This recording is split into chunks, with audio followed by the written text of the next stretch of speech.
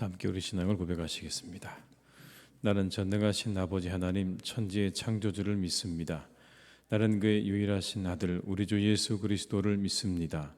그는 성령으로 잉태되어 동정녀 마리아에게서 나시고 본디오 빌라도에게 고난을 받아 십자가에 못 박혀 죽으시고 장사된 지 사흘 만에 죽은 자 가운데서 다시 살아나셨으며 하늘에 오르시어 전능하신 아버지 하나님 우편에 앉아 계시다가 거기로부터 살아있는 자와 죽은 자를 심판하러 오십니다.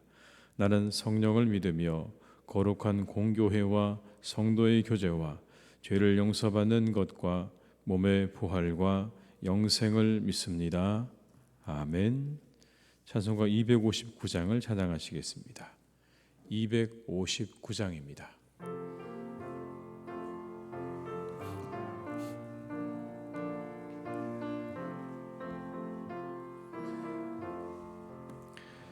예수 십자가에 흘린 피로써 그대는 씻기어 있는가? 더러운 죄 희게 하는 능력을 그대는 참으지 않은가? 예수의 보혈로 그대는 씻기어 있는가? 마음속에 여러 가지 죄악이 깨끗이 씻기어 있는가? 주 예수와 밤낮으로 늘 함께 그대는 행동을 하는가? 아무 때나 어디서나 그대는 십자가 붙들고 있는가? 예수의 보혈로 그대는 씻기어 있는가? 마음속에 여러 가지 죄악이 깨끗이 씻기어 있는가? 주님 예수 다시 올 때 그대는 영접할 예복이 있는가? 그대 몸은 거룩한 곳 천국에 들어갈 준비가 됐는가? 예수의 보혈로 그대는 씻기어 있는가? 마음속에 여러 가지 죄악이 깨끗이 씻기어 있는가? 모든 죄에 더러워진 예복을 주 앞에 지금 다 벗어서 샘물같이 솟아나는 보혈로 눈보다 더 희게 씻으라. 예수의 보혈로 그대는 씻기어 있는가? 마음속에 여러 가지 죄악이 깨끗이 씻기어 있는 4절입니다. 모든 죄에 더러워진 예복을 주 앞에 지금 다 벗어서 샘물같이 솟아나는 보혈로 눈보다 더 희게 씻으라. 예수의 보혈로 그대는 씻기어 있는가? 마음속에 여러 가지 죄악이 깨끗이 씻기어 있는가? 이 시간 하나님께서 우리에게 주신 말씀은 요한복음 18장 12절에서 27절의 말씀이 되겠습니다. 요한복음 18장 12절에서 27 27절의 말씀입니다. 요한복음 18장 12절로 27절의 말씀을 함께 봉독하시겠습니다. 이에 군대와 천부장과 유대인의 아랫사람들이 예수를 잡아 결박하여 먼저 안나스에게로 끌고 가니 안나스는 그 해의 대제사장인 가야바의 장인이라. 가야바는 유대인들에게 한 사람이 백성을 위하여 죽는 것이 유익하다고 권고하던 자라라. 시몬 베드로와 또 다른 제자 한 사람이 예수를 따르니 이 제자는 대제사장과 아는 사람이라. 예수와 함께 대제사장의 집들에 들어가고 베드로는 문 밖에 서 있는지라. 대제사장을 아는 그 다른 제자가 나가서 문 지키는 여자에게 말하여 베드로를 데리고 들어오니 문 지키는 여종이 베드로에게 말하되 너도 이 사람의 제자 중 하나가 아니냐 하니 그가 말하되 나는 아니라 하고 그때가 추운 고로 종과 아랫사람들이 불을 피우고 서서 쬐니 베드로도 함께 서서 쬐더라. 대제사장이 예수에게 그의 제자들과 그의 교훈에 대하여 물으니 예수께서 대답하시되 내가 드러내놓고 세상에 말하였노라. 모든 유대인들이 모이는 회당과 성전에서 항상 가르쳤고 은밀하게는 아무것도 말하지 아니하였거늘 어찌하여 내게 묻느냐. 내가 무슨 말을 하였는지 들은 자들에게 물어보라. 그들이 내가 하던 말을 아느니라. 이 말씀을 하시며 곁에 섰던 아랫사람 하나가 손으로 예수를 쳐 이르되 내가 대제사장에게 이같이 대답하느냐 하니 예수께서 대답하시되 내가 말을 잘못하였으면 그 잘못한 것을 증언하라. 바른 말을 하였으면 내가 어찌하여 나를 치느냐 하시더라. 안나스가 예수를 결박한 그대로 대제사장 가야바에게 보내니라. 시몬 베드로가 가서 불을 쬐더니 사람들이 묻되 너도 그 제자 중 하나가 아니냐. 베드로가 부인하여 이르되 나는 아니라 하니 대제사장의 종 하나는 베드로에게 귀를 잘린 사람의 친척이라. 이르되 내가 그 사람과 함께 동산에 있는 것을 내가 보지 아니하였느냐. 이에 베드로가 또 부인하니 곧 닭이 울더라. 아멘. 어제 함께 나누었던 본문의 말씀이 기억나십니까? 예수님을 잡으러 온 바리새인들과 대제사장들과 군인들에게 예수님께서 물으시죠. 누구를 찾느냐? 그러자 그들이 답을 합니다. 나사렛 예수를 찾는 자. 그 말씀에 예수님께서 이렇게 답을 하시죠. 내가 바로 그다. 내가 바로 너희가 찾는 그 나사렛 예수다라고 말씀하십니다. 당당하게 자신을 밝히신 후에 제자들은 가게 해달라고 요청을 하시죠. 그런데 여러분 오늘 본문에 나오는 베드로와 이 예수님께서 정말 대조되고 대비된다는 걸 우리가 확인할 수 있습니다. 사람들이 베드로에게 묻습니다. 너도 그와 함께 있던 자다. 그래서 오늘 본문의 말씀에 의하면 베드로가 2번 말합니다. 나는 아니다. 나는 아니다. 여러분 17절의 말씀을 함께 읽습니다. 문 지키는 여종이 베드로에게 말하되 너도 이 사람의 제자 중 하나가 아니냐 하니 그가 말하되 나는 아니라 하고. 25절의 말씀입니다. 시몬 베드로가 서서 불을 쬐더니 사람들이 묻되 너도 그 제자 중 하나가 아니냐. 베드로가 부인하여 이르되 나는 아니라 하니. 예수님은 내가 바로 그다 라고 말씀하셨고 베드로는 나는 아니다 라고 답을 했다 라고 성경은 말씀하는 것이죠. 참 대조적입니다. 오늘 본문에서 우리는 예수님의 모습 가운데 사건 하나를 더 발견할 수 있습니다. 대제사장이 예수님께 그의 제자들과 그의 교훈에 대해 묻는 그런 장면이죠, 여러분. 이렇게 예수님께서 답을 하십니다. 20절과 21절의 말씀을 함께 읽습니다. 예수께서 대답하시되 내가 드러내놓고 세상에 말하였노라. 모든 유대인들이 모이는 회당과 성전에서 항상 가르쳤고 은밀하게는 아무것도 말하지 아니하였거늘 어찌하여 내게 묻느냐. 내가 무슨 말을 하였는지 들은 자들에게 물어보라. 그들이 내가 하던 말을 아느니라. 나는 한 번도 은밀하게 가르친 적이 없다는 말씀입니다. 내가 회당에서 사람들이 모이는 곳에서 공식적으로 공개적으로 내가 가르쳤지 한 번도 은밀하게 말한 적이 없다. 들은 자들에게 가서 물어보라. 이 말씀은 재판의 정당한 절차에 대해서 하고 계시는 말씀입니다. 당시 여러분 유대인의 정확한 법적인 절차는요 증인을 불러 물어보는 것입니다. 고발당한 자에게 물어보는 것이 아니라 증인에게 묻는 것이 재판의 정당한 절차입니다. 그렇게 유대 재판관은 고발당한 자에게 물어보지 않고 증인들에게 사건의 진상을 물어보기 때문에 재판은 모두 증인들의 증언에 달려 있었다고 합니다. 따라서 두 증인이 서로 동의하면, 서로 말을 맞추면 고발당한 자가 재판할 때 어떠한 말을 하든지 아무 상관없이 판결을 받게 되어 있다고 합니다. 예수님께서 그걸 말씀하시는 거죠. 너희가 지금 나를 신문하는 것이라면, 내가 지금 나를 신문하는 것이라면 증인들을 세우고 하라는 말씀인 것입니다. 내게 묻지 말고 나를 불러다 이렇게 묻는 이유에 대해서 너희가 들은 바, 누군가 너에게 그렇게 말한 사람들을 데려다가 내 앞에서 말하게 하라.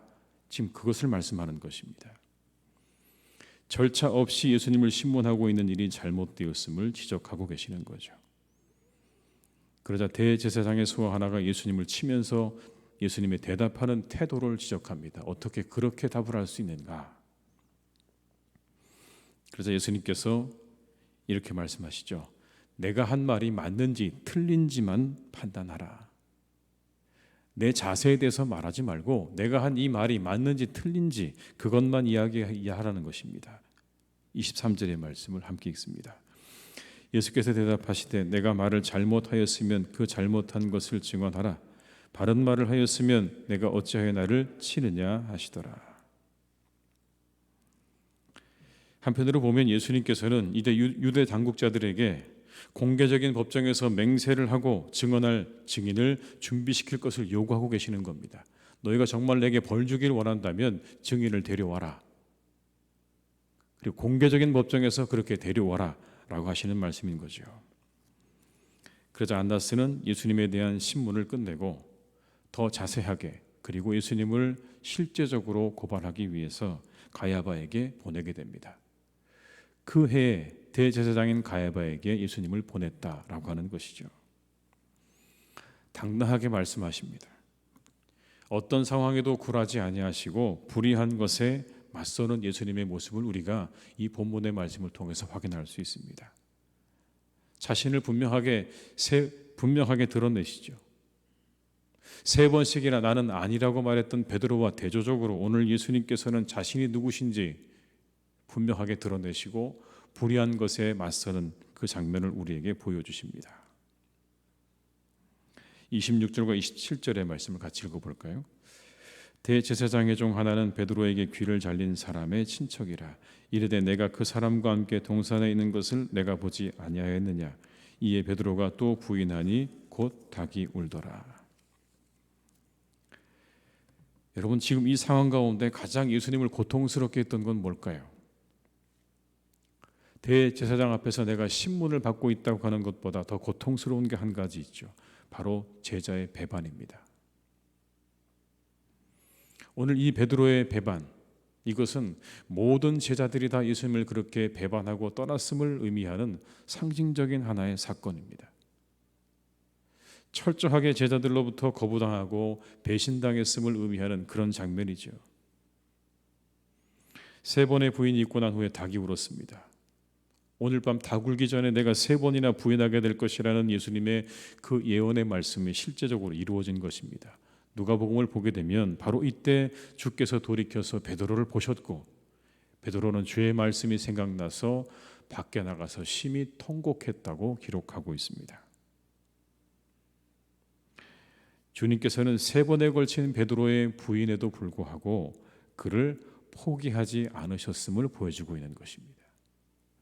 3번씩이나 부인했음에도 불구하고 그를 포기하지 않으셨습니다. 오늘 이 본문에 나오는 닭울음 소리, 그 닭울음 소리가 베드로를 깨우쳐주고 있는 것이죠. 아, 예수님 말씀 그대로 이루어졌구나. 내게 하셨던 그 말씀이 그대로 이루어졌구나라는 것을 이 닭울음 소리가 깨우쳐주고 있는 것입니다. 아울러 극심한 고통 가운데서도 베드로를 바라보고 있는 그 사랑과 관심의 눈길, 여러분, 그것이 오늘 베드로가 있게 했던 가장 중요한 원동력이었죠. 그렇게 맞으면서, 매를 맞으면서 자신의 제자를 바라보시는, 자신을 부인하는 제자를 바라보고 계시는 그 주님의 그 눈빛을 베드로는 일평생 잊을 수가 없었을 것입니다. 말씀 그대로죠. 자신의 사람들을 사랑하시되 끝까지 사랑하셨다는 그 말씀. 마지막 순간까지 그렇게 사랑하신 주님의 사랑 때문에 베드로는 자신의 죄를 깨닫고 그리고 회개의 눈물을 흘리게 되었다는 것입니다. 이 장면이 우리를 이끌어 주십니다. 끝까지 사랑하시는 주님. 자신을 3번씩이나 배신한 베드로를 끝까지 사랑하신 주님을 보여주시면서 동시에 우리 연약함도 보여주고 계시죠. 여러분, 우리가 베드로와 많이 다를까요? 우리도 그와 같지 않을까요? 만약 우리에게 이와 같은 상황이 벌어졌다면 우리 역시 3번 부인하지 않았을까요? 여기 나오는 베드로는 베드로를 의미하는 게 아니라 바로 그렇게 연약한 우리 모두를 의미하고 있는 것입니다. 그럼에도 불구하고 우리를 사랑하시는 주님을 오늘의 이 사건은 우리에게 보여주고 계시는 거죠.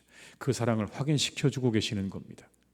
그렇게 연약하고 부족함에도 불구하고 마지막 순간까지 그렇게 베드로를 사랑하셨던 것처럼 우리 연약함에도 불구하고 우리의 부족함에도 불구하고 우리를 사랑하시는 주님의 사랑이 있음을 오늘 우리에게 다시 한번 보여주고 계시는 것입니다.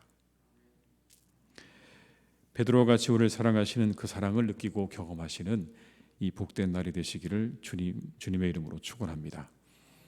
어찌할지라도 어떠할지라도 사랑하시는 주님을 경험하시는 하루가 되시길 바랍니다. 그리고 이 주님처럼 세상과 악을 향해서는 담대하고 당당하게 맞설 수 있는 그러한 우리 성도들이 되어야 할 줄로 믿습니다. 하나님과 사람에 대해서는 예수님처럼 끝까지 사랑하시고 세상과 악에 대해서는 어느 순간에도 담대하게 그리고 당당하게 맞서서 그 악에 대해서 우리가 해야 할 말을 할 수 있는 그러한 담대한 그리스도인들이 되시기를 주님의 이름으로 축원합니다. 그때 우리에게 하나님의 은혜가 하나님이 함께 하신 은혜가 더욱더 충만한 그런 복된 날이 될 줄로 믿습니다. 기도하시겠습니다.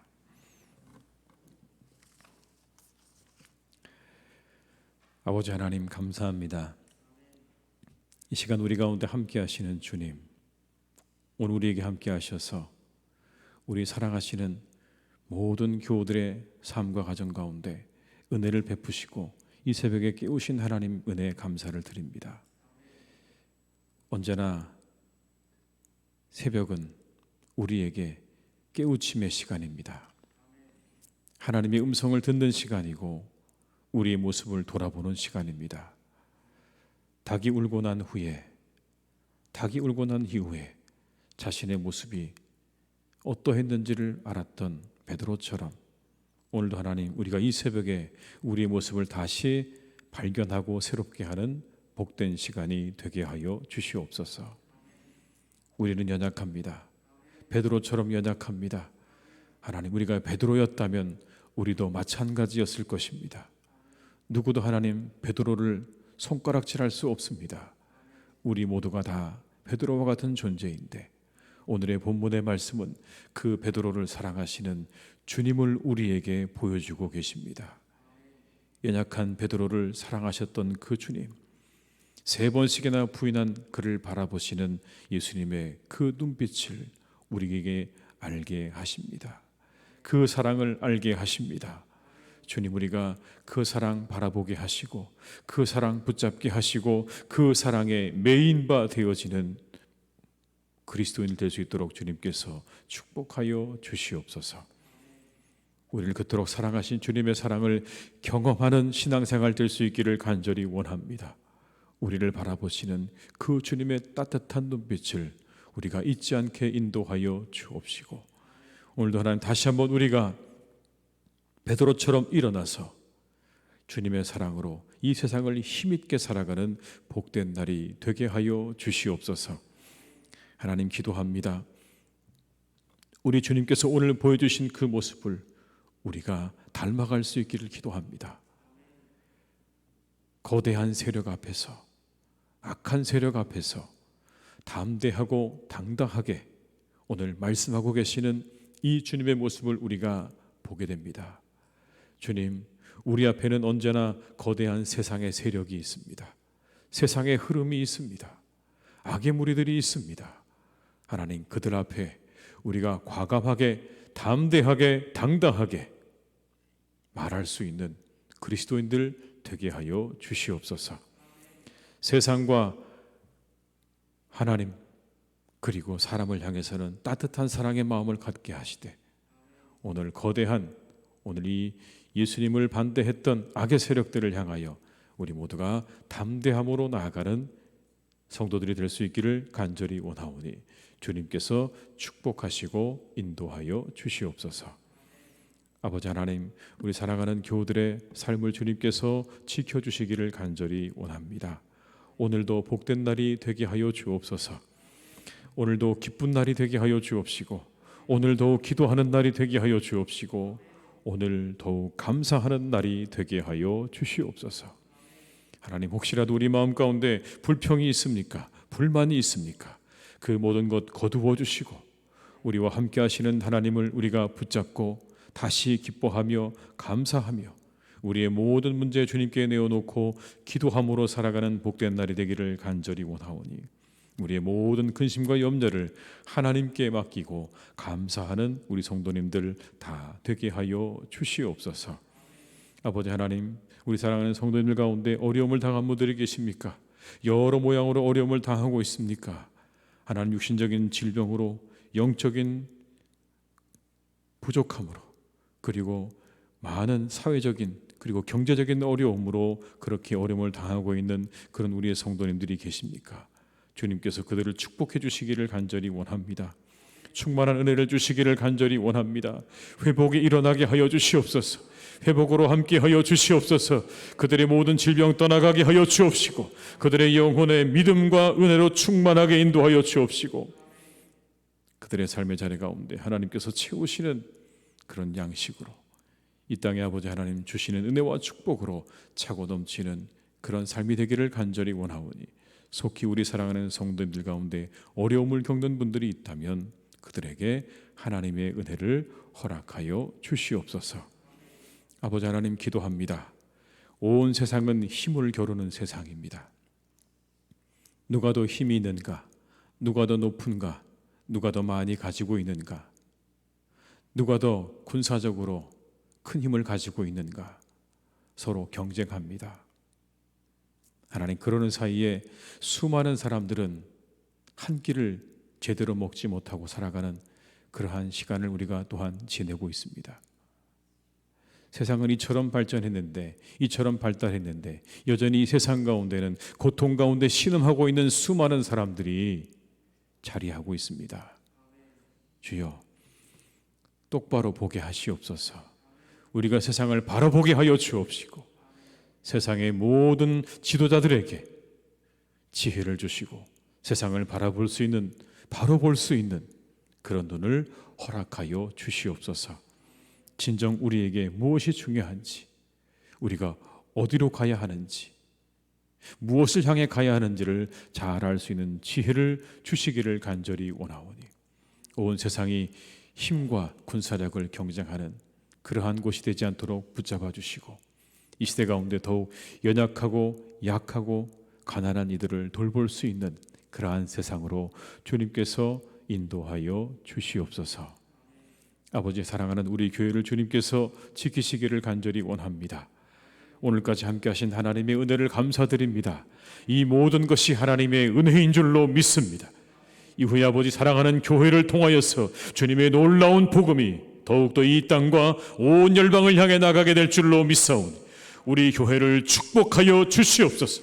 성령으로 역사하여 주옵시고 말씀으로 함께하여 주옵시고 하나님의 사랑으로 하나님의 은혜로 이곳을 풍성하게 채우셔서 다른 것들이 자리 잡지 못하도록, 자리하지 못하도록 주님께서 은혜를 내려 주시옵소서.